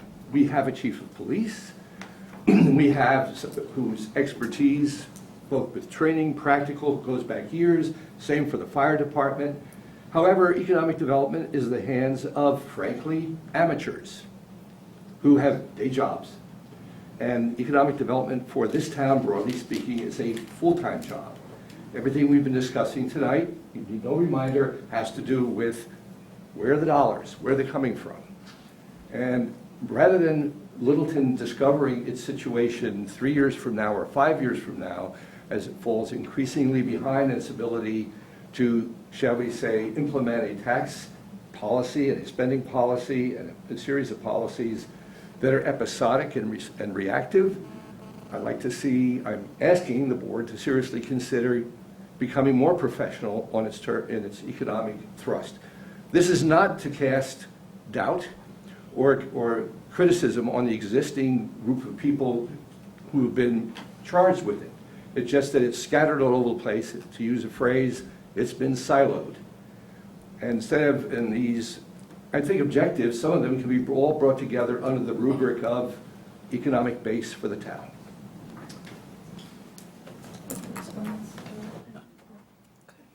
Thank you, Michael. Yes, Jay. Jared Alfieri at New State Road. And just first of all, I'd like to address economic development, then we'll address another topic. One of the issues with economic development is it's really in the hands of the private sector. We don't own the point, we don't own Taylor, we don't own any of these commercial properties. We don't get to pick tenants. It seems to me the town can create policies, can create regulations that are favorable for tenants to come in. The planning board can create rules that are favorable for a certain type of tenants to come in, but if businesses don't want to do business in Littleton or in Massachusetts, there's not a whole lot we can do about it. Sorry to bring it that way. I'm all in favor of the town pushing forward economic development, but this idea that the selectmen can somehow bring business in other than like a TIF seems pretty weak. Maybe I'm missing something, Joe. The other thing is there anything? If I may. What? If I may, on that particular point, you're absolutely correct. Board of Selectmen, Planning Board, no single board or person in the town is going to create a job. You hit it on it quite a bit, though, when you said create conditions, or at least work to create conditions. Mike Zeldin began to hit on it. Mr. Goldnick also, John Goldnick mentioned as far as, marketing ourselves, so to speak, advertising. Littleton is a great place. There's not anybody in the room who would doubt that. The thing is, now outside the town of Littleton, how many people know Littleton's a great place? Those are things that we have to be working on. So you're correct in the assertion that this board is not going to create a job, but this board can do quite a bit, and we're working to do quite a bit, is to help foster those conditions that encourage people to want to come here, whether it's to relocate, whether it's to expand, or even just to begin a business. And that's what we're trying to do here. That makes perfect sense. The other thing I'd like to bring up on the goals is farmland/open space protection. There's been a tremendous interest, for example, in the Cooper Farm at the last hearing, and I'm sure there'll be as much in the hearing 2 weeks hence. That doesn't seem to be explicitly listed on the goals. Are you folks including that in either master plan or long-range fiscal? Yeah, it's in the master plan, and it's also reflected in updating the open space and recreation plan. But it's definitely on the radar screen. If I may speak to that. Sure. The master plan update, by the way, is an advertisement. Tomorrow evening, 7 p.m. in this room, July 28th, is the master plan update steering committee meeting. Everybody's welcome. Please come on down. The reason I'm harping on that right at the moment, though, is because, as Keith just mentioned, the open space recreation plan, we talked about the housing production plan a little bit earlier, the economic development plan, and there are many other plans that become the components, if you will, of the master plan. So as we've gone through that master plan update, looking at what we did back in 2002, how well we've done in applying that and adhering to it over the time, how well we may not have done to aspects of that as the last 13 years have gone by. That's things we'll be looking at. So to your point is there's many things that go into this besides just, any one particular plan. Because again, and Mike Zeldin mentioned silos. Silos can be very dangerous because everybody now is doing their work in a silo. They may be doing an absolutely perfect job in their silo, but when it comes to the integration and bringing all those various specialties, tasks, if you will, to come to bear, they don't integrate. And that's what we're certainly trying to do at the Master Plan Update Steering Committee as we go through this, to help, again, foster conditions that bring those sorts of things together. Mike's on it, Melissa's on it, anybody else in the room? No, nobody else in the room is on it. Oh, excuse me, Rich Crowley's also on it. But those are things, so folks out there in the audience, listen tonight, come with your ideas tomorrow night and help us there, please. Thanks for the opportunity to segue there, Jerry. Yes, sir, introduce yourself. Nick Bates House at 28 Birch Road. I'm the secretary for the Bicycle and Pedestrian Advisory Committee. I have a couple of things. First thing is a lot of the goals that that the selectmen have outlined are fantastic. I love them. The Bicycle and Pedestrian Advisory Committee is doing a lot of things to support these various goals. So the master plan update, we have a liaison with the master plan committee. We're working with the liaison to try to inject early into the planning the goals of complete streets and other such things. The Transportation Commuter Rail Crosstown Connect, where we've been involved in a lot of the discussions around the commuter rail. There's a lot more that the Bicycle and Pedestrian Advisory Committee can do to support and promote efforts there, as well as the roadway improvement plan and complete streets. There's a lot of stuff the committee can do. One of the challenges that we have as a committee is finding out early when projects are happening, and in particular, finding out before an initial plan is made for a roadway or a neighborhood or something like that, so that we can make sure that relevant information about options and the goal of complete streets and that kind of thing gets into the initial planning phase of the project. So one thing that I would really appreciate from the selectmen and from other town committees is kind of early collaboration with the Bicycle and Pedestrian Advisory Committee to help us help you. Thank you. Thank you, that's Sounds a good idea. fantastic. Yeah, absolutely. So Keith, maybe we could look at ways to do Yes, that. indeed. I met with some members of the committee earlier and suggested that they take advantage of some of the opportunities for getting input, such as this tonight's hearing. Absolutely. So, we will be putting together an application for a complete streets funding to the state once Mass DOT announces that program being available, so that there's a number of built-in activities. We'll make sure that all the affected boards and departments can plug into those. So appreciate the comment. Yeah, absolutely. Thanks for coming down. Great. Yep, and we'll have to make sure we keep you guys in the loop early on. Richard Crowley. I'd like to echo Mike Zeldin's comment about looking into some sort of economic development entity or person to help the town understand and integrate all the various desires that people have that want to express what the town of Littleton looks like, and to market that. And frankly, I was at a conference in the fall that involved some people from the West Coast, and I was very surprised to see that towns and cities in the West Coast actually have marketing people to not just solicit industry or business, but solicit specific ones that are tailored and would fit the environment that we have here and support the environment that we have here. So I think there's a lot to be said about having a specialist that can do that kind of work. Thank you. Thank you. If I may. Absolutely. Just to go along with that, Rich, and to what Mr. Goldnick said too, a while back, I didn't do a whole lot of research, but I did try to look at some of the towns in the area that had someone that they seemed to fit in. It might not have been a Department of Economic Development, but I think the town of Air was the only one I found in our area that had some kind of officer that had something to do with economic development. And it'd be probably a good idea to try to find out what his role is in that town. Yeah, that's a good idea.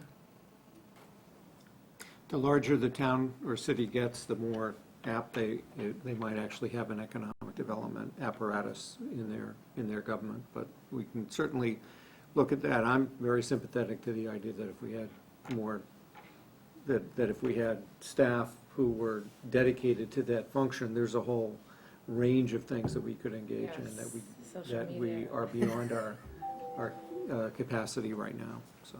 Yeah, I think John had his hand up back. One simple thing you could do, Keith, is just have a listing of available properties and some of the advantages of the town on the website. At least that gets the word out.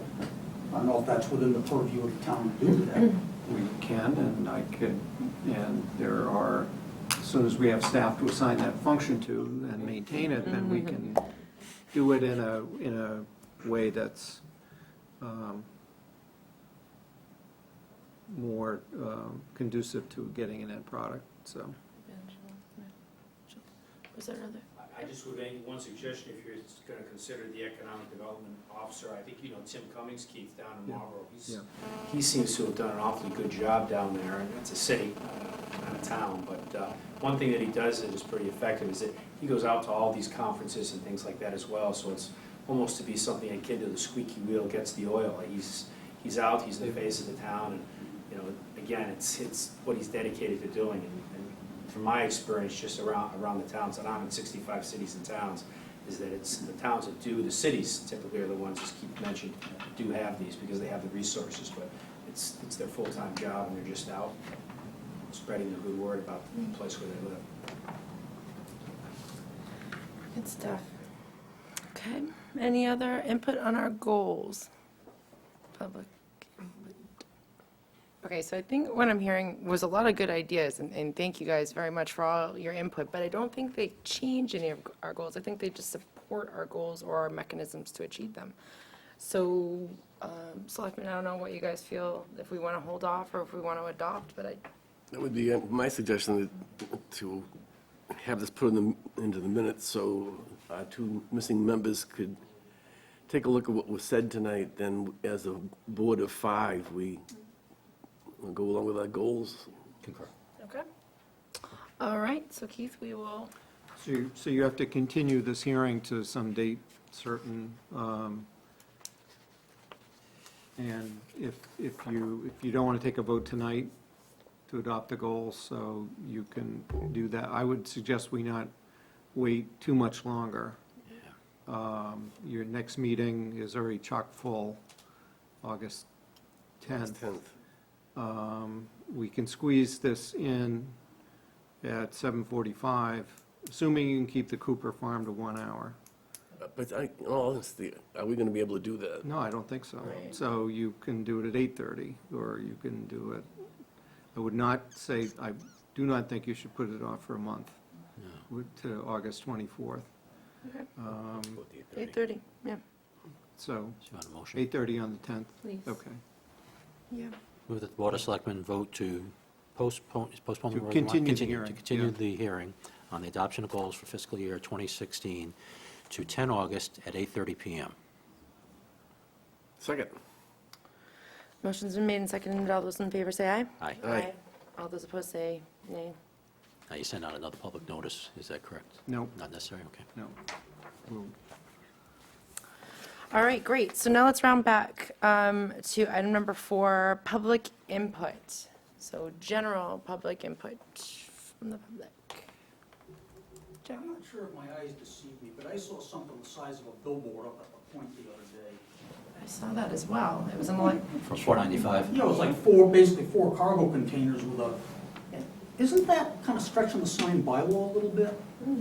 You talk about economic, if I may. I hear you. You talk about economic development, and I just happen to be up talking to Sam Park, and he's trying to create an excitement there that's starting to take off. And if we start, in my opinion, if we go up there and start worrying about the size of that sign, then you're just gonna go backwards.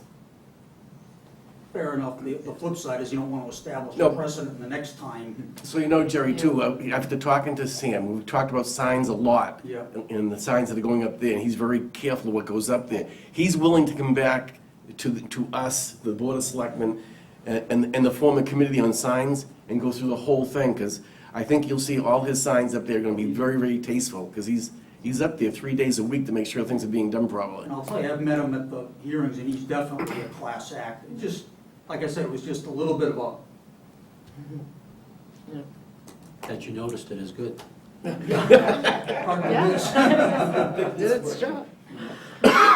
Good question. Any other input questions? Okay, members, Selectman Avella? On the point, we did have another opening, the hair cuttery. Well, actually, they've been open, but they did the ribbon cutting. Sugar Valley Chamber of Commerce came down, and this past Wednesday, Ribbon and hair cutting? you don't want me to do the joke again, do you? Oh, you weren't there for the joke? I wasn't there, so I could have used that. I'll spare the public this, my humor. But sincerely, another business in town doing good things, and with all our businesses, work to support Littleton first. Make it your default position, I'd ask folks in town. These are the people that are paying taxes, these are the people helping keep our schools open, pay our fire department, our police department, our public employees' salaries. Those are the folks helping to do that. So when you have a need, for whatever it may be, groceries, a haircut, consider Littleton businesses first, please. Thank you. Did you want to mention Appleman? The Appleman was last Sunday, wasn't it? It was. Thanks very much. Rotary. We're two caps at this point. I'm also a member of Rotary International. And Rotary, the Rotary Club of Littleton sponsored the Appleman, and I think folks are starting to become familiar with it. It was the 12th annual Appleman triathlon, where it's a half-mile swim, 10-mile bicycle ride, and 3-mile run. We had about 450 contestants, or if you will, athletes, actually competing in it, and some folks have been coming back year after year. The good news is that Rotary is able to raise well in excess of $20,000 with this particular fundraising, and that's net. that the club is able to raise. And then it's distributed through largesse through various ways. If you've seen the Boy Scouts do an Eagle Scout project, you may have seen it. If you've seen Loaves and Fishes, you may have seen it. You've seen some other things, activities in town. And then it's as far-ranging as international. For example, we've helped support a girls' school in Uganda. So it just stretches from right across our street to across the globe. So the folks that participated, thank you. The folks came out and observed and watched, whether it's on your sidewalk, watching the bicyclists or the runners go by, or out at Long Lake. Thank you. Thanks for reminding me of that. It was mentioned earlier, we have a letter of resignation from John Cantino. I just want to point out that back when I was on the Board of Appeals, we were on the board almost the exact same time, and I want to give him a lot of credit for all the years of service he put in. He was an independent voice. He put a lot of thought into it. He put a lot of research into every single topic that come up, and he'll be sorely missed. You don't find people like that who stay that many years and put that much time and effort into something that's important as a Board of Appeals. So I want to thank John for all the years he's put in. Yeah, that's very good.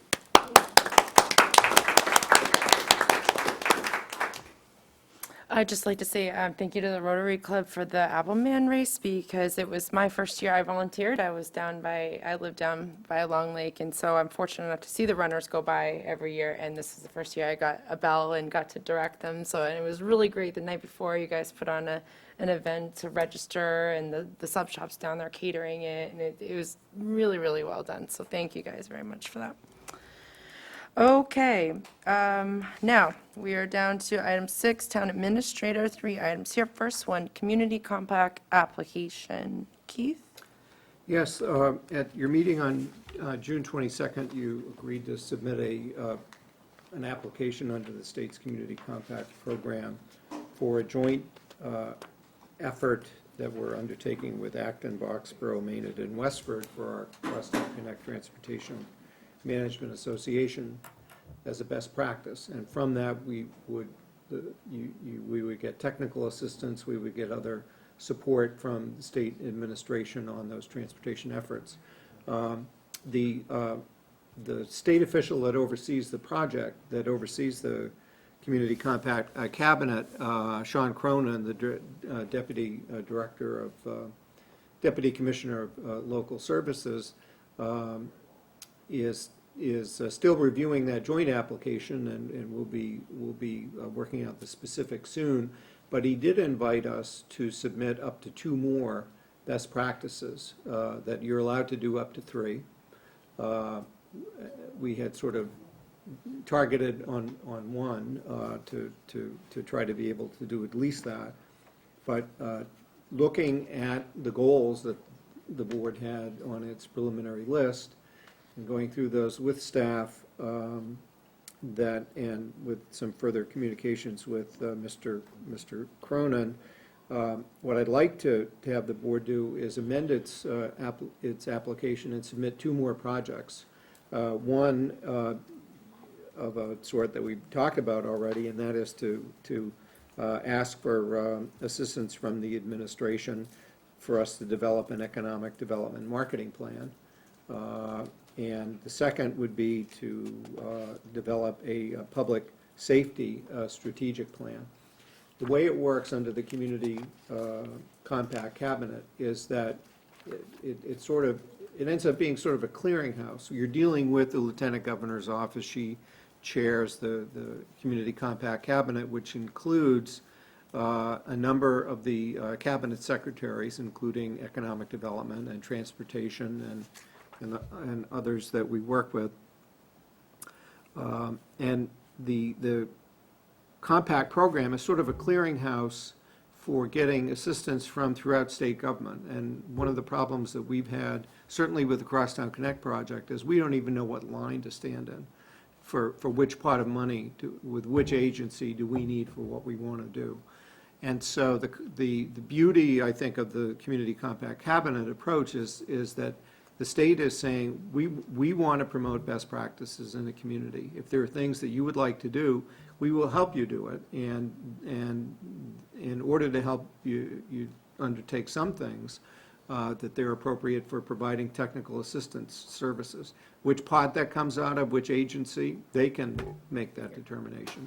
And if there's not a bucket where there's money to take it out of an existing program. The cabinet also has an appropriation, I think, of $2 million that's available for assistance. So looking at our list of things we want to do, the economic development marketing plan, for which we could get technical assistance from the state, sounds like a good starting point for moving forward. Maybe that can help us inform a discussion about how do you then carry it out, what technical, what in-house staffing support structure do you need in order to not just start it, but finish it and to make some progress. So I think that's great. And the other one, which we've had on our radar screen now for a while, and that is the development of strategic plans for police and fire that can help inform what the master plan process is is undertaking. What are the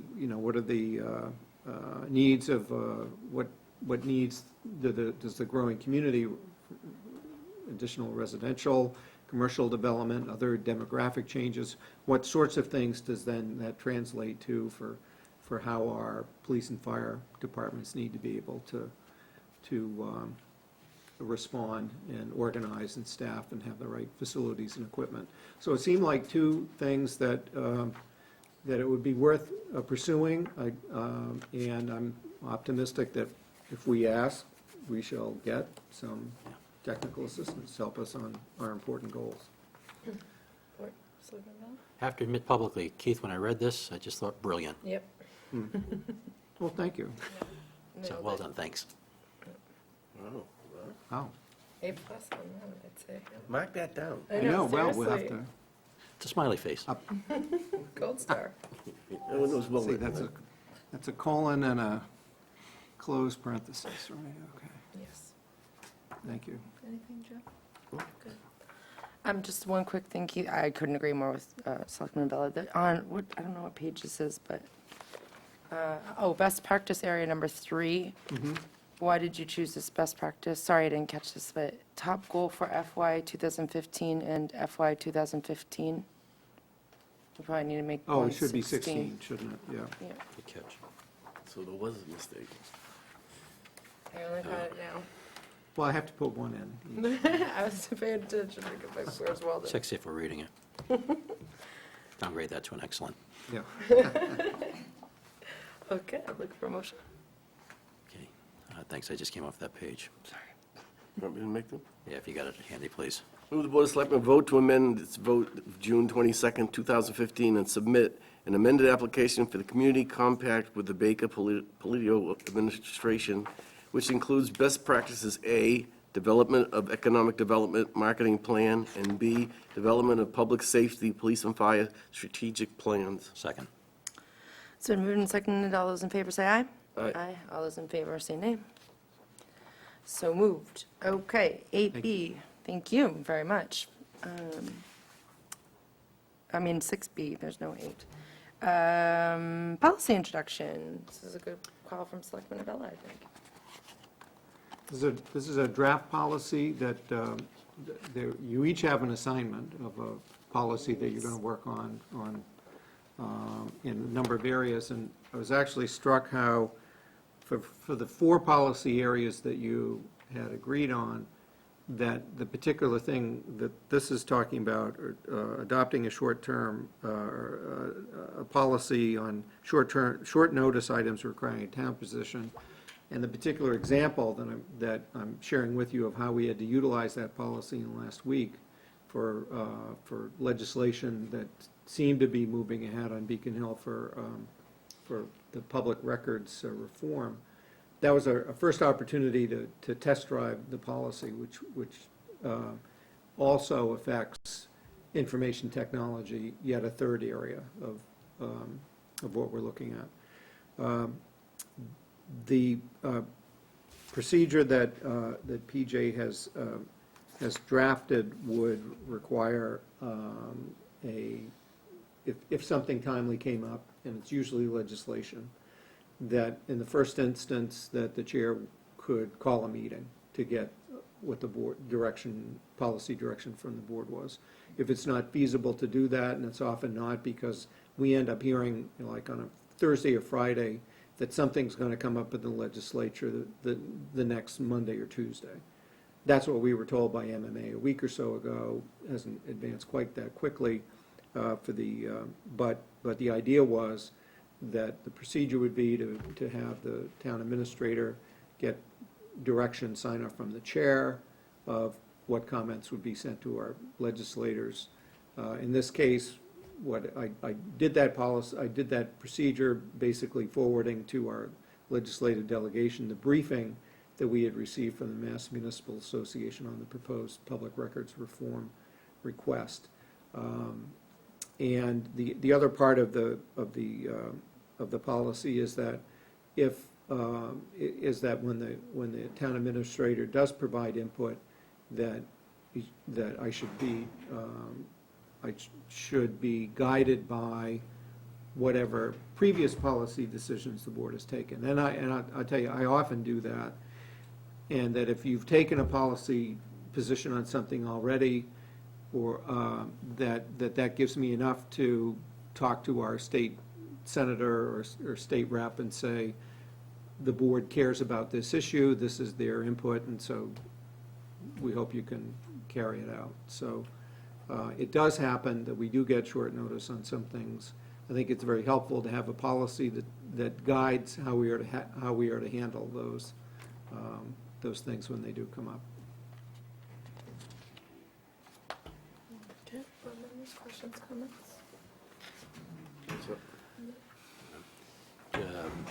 What I would like to speak, though, because you brought up the policy, and then we'll make the motion to move it to final vote next meeting, but the specific issue that you used, at least the draft guidance, and that is the open records law. First, I want to commend you as to what you do with open records, and when the requests come in, and the timeliness.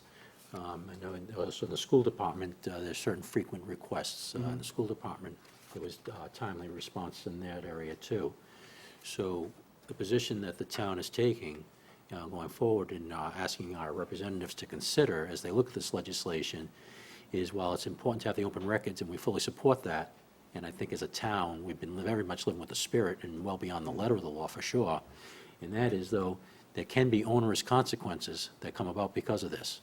And some of the, I guess what my personal plea to the legislature would be is for the legislature to follow the law that's in place today, that the towns and cities have to comply with. And if the executive agencies, the judiciary, and the legislature did what the towns and cities are doing pretty much routinely already, I don't know that this is an issue, at least not as big as an issue as today. So that'd be my real plea to our legislators, is that at least they send something to the governor that says, hey, how about the three branches of government follow what we're making this towns and cities do? So. Well, on the matter of public records requests, during the course of a year, we get relatively few formal requests for that are under the, it's more, what's more likely is that we might get inquiries about where can I find information about something.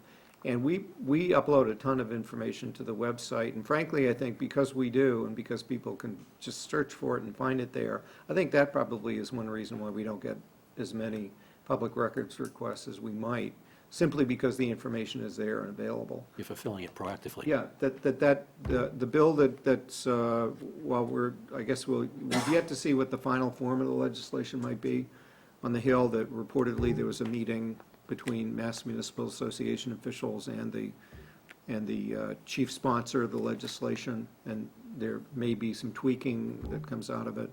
One of the concerns that I'd have is if there are, if right now there's the reform bill has a requirement for upgrading your computer systems and your online databases in a way that must be consistent with the new law.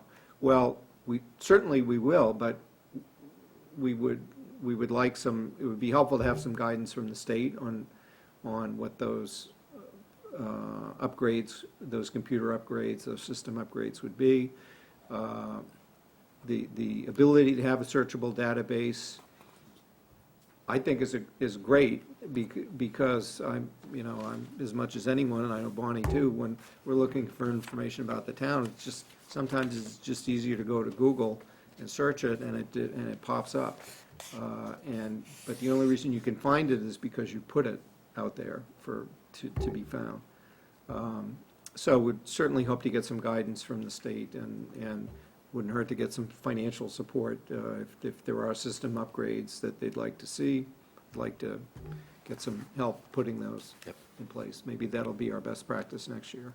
And Keith, you will keep us posted on when whatever the final result is there, because like you mentioned, I've got the IT and social media policy, so I want to make sure if something changes, we take that. Right. And one of the other policies that had been on your radar screen is to adopt a local policy on fees and waivers for public records requests. That world is about to change, and we can govern our local policies based on what the new state law becomes. Okay, the only thing I'd mention is just to be mindful, to use your word, of gender neutrality when writing these things, like the chairman will inform the rest of his board, or his, and things like that. The motion only has His or her? his or her, or their, something like that, because, a chair could be a woman, who knows? You never know. So if we could just keep that in mind, that'd be great. Okay, ready for a motion? Move that the Board of Selectmen vote to And women. vote to receive a proposal policy on the policy on short notice items requiring a town position as drafted by Selectman Avella, and to schedule the adoption of said policy for the Board of Selectmen's next regular meeting. Second.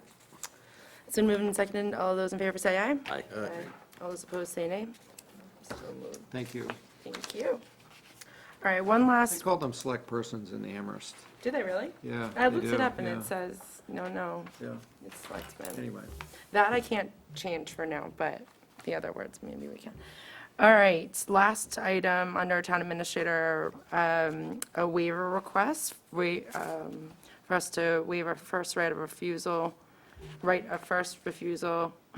on 25 Bulkley Road for 3 A&R lots. And we have the applicants, the proponents' counsel here, and we have had town council do a review. We do have this is a valid notice under 61A. The clock is ticking, but rather than wait for the expiration of the 120 days, that there is a request to waive the right of first refusal so that the proposed sale of the property can proceed. These are lots that the town would not be convening a town meeting to purchase, to exercise the right of first refusal. There are, as we know, we have bigger fish to fry in that category. So it's been our procedure, if there's, if it's not the town's intent to exercise the right of first refusal on a, non-controversial property, that we would entertain a request to waive the right. And is this, And it's a bona fide offer for 5 acres at a cost of $270,000, which, three lots at 90 apiece.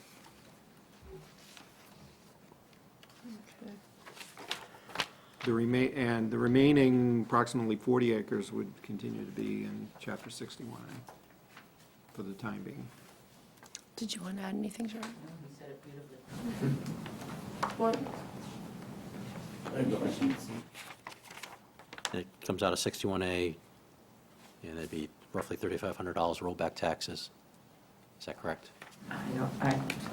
They'll be paid, I don't recall what they are. Yeah, exactly, that's but what it's the been number. calculated. Yes, Yeah, the fair enough. assessors calculate it. Yeah. Thank you. Thank you. And if you're ready for a motion. I am, I'd agree with Keith, bigger fish to fry. I move that the Board of Selectmen vote not to exercise the town's right of first refusal under Mass General Law, Chapter 61A, Section 14, to acquire 3 lots at 25 Buckley Road, shown as lots 5-4, 5-5, and 5-6 on an approved not required plan dated December 1, 2014, consisting of a total of 5 acres for a bona fide offer of $270,000. Second. It's been moved and seconded. All those in favor say aye. Aye. All those opposed say nay. So moved. Thank you. Thank you. Thanks, guys. Okay, and then to wrap it up, consent agenda minutes approval. So, I don't have them. you don't have any minutes. Would you like mine? Yeah, because they don't have them. Absolutely.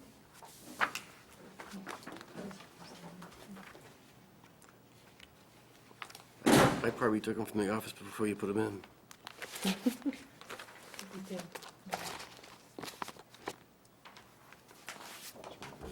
Till next time. Just want to go away voting till next time. Oh, yeah, we don't have all our members. Should we wait on that one actually and approve them next time? But Think of that. the three of us were there, right? Yeah. Well, we could, I thought you said you had not had the opportunity to read them yet. Well, I haven't had a chance. I'm just going through as quickly as I can. Or we can put it off. I don't care. If I know Selectman Carr will probably be okay with it.